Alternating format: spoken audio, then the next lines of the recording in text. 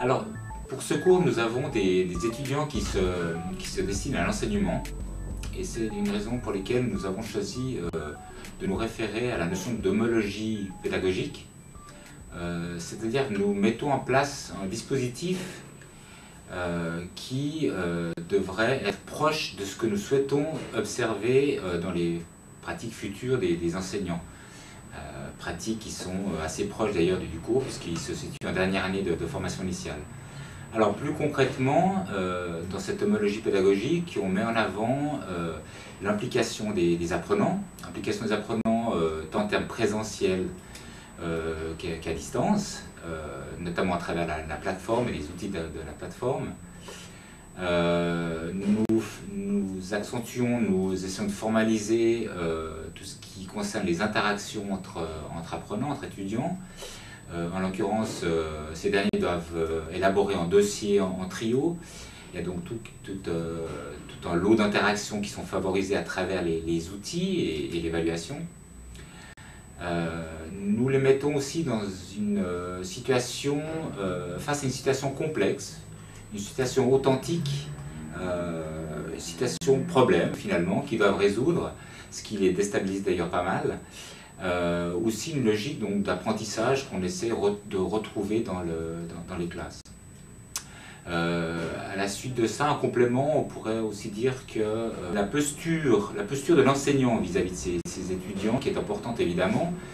l'accompagnement en l'occurrence est fondamental, l'accompagnement formatif,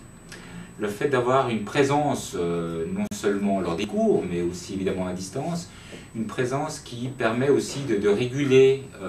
tous les dispositifs qu'ils ont à mettre en place, toutes les réflexions qu'ils sont en train de mener,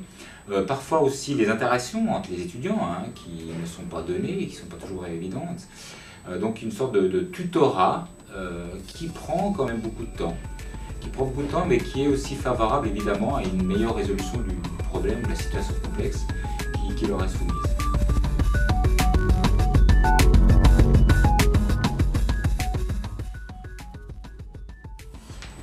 L'élément central du cours est sans doute la planification, la mise en œuvre, puis l'analyse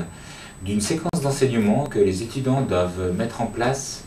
dans une situation authentique, puisqu'il s'agit d'un stage à responsabilité qu'ils doivent effectuer à ce moment-là dans leur cursus de formation. Donc c'est un challenge pour eux, puisque finalement les observations qu'ils ont menées jusque-là dans les classes n'ont souvent pas été très réjouissantes, puisque l'usage des TIC, des mythiques dans les classes est encore assez succinct, on dira. Donc ils doivent en effet aller puiser des ressources dans le cadre du cours évidemment, mais aussi à l'extérieur, parfois sur le terrain, pour réfléchir aux dispositifs qu'ils vont mettre en place, puis évidemment mettre en œuvre de façon concrète, on l'espère dans un laps de temps assez long, et puis porter un regard critique, une analyse sur ce qu'ils ont mis en place, sur ce qu'ils ont pu faire ou pas faire finalement. Donc concrètement, la mise en place, la réflexion est effectuée dans le cadre du cours, comme je disais tout à l'heure, sous forme d'interaction, interaction entre pairs, confrontation aussi avec des personnes qui viennent de l'extérieur, des praticiens, confrontation aussi avec le cadre théorique qui est proposé dans le cours, et puis donc tout un contexte, on va dire, théorique qui soutient donc cette mise en place et cette analyse dans le cadre de leur stage en responsabilité.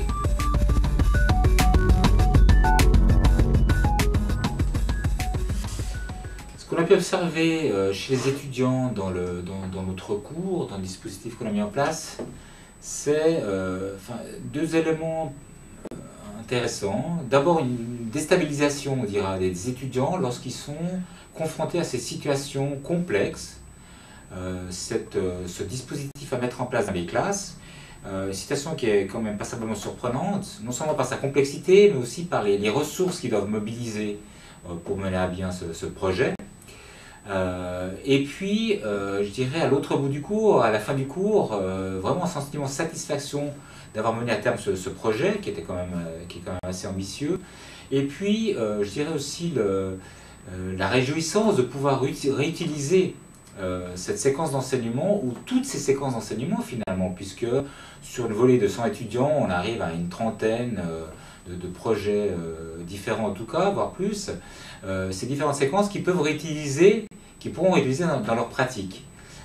D'autant plus que ces projets sont mis en ligne sur une plateforme du département de l'instruction publique et donc ils sont valorisés aussi à travers cette mise en ligne des différents projets et le fait qu'ils aient réussi à mettre les choses d'opérationnalisables, d'utilisables directement.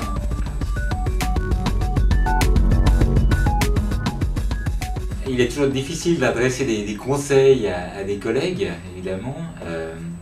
même sur le plan pédagogique, mais je retiendrai deux éléments principaux concernant le bon fonctionnement de ce cours. D'une part, la nécessité de collaborer avec d'autres collègues, puisqu'il s'agit d'un cours mené à plusieurs personnes.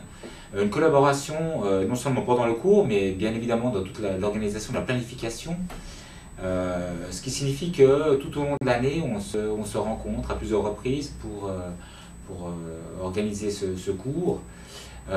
Et ce qui m'amène à ce deuxième élément qui est celui de la nécessité aussi de réguler d'un cours à l'autre, d'une année à l'autre, certains éléments pour bonifier ce cours, pour l'améliorer, dû au fait que les étudiants sont souvent assez critiques par rapport à ce qu'ils ont vécu dans le cours. Donc ils voient ces critiques comme un élément constructif pour l'améliorer sans cesse, hein, ce qui nécessite aussi évidemment du temps et des interactions entre les différents formateurs.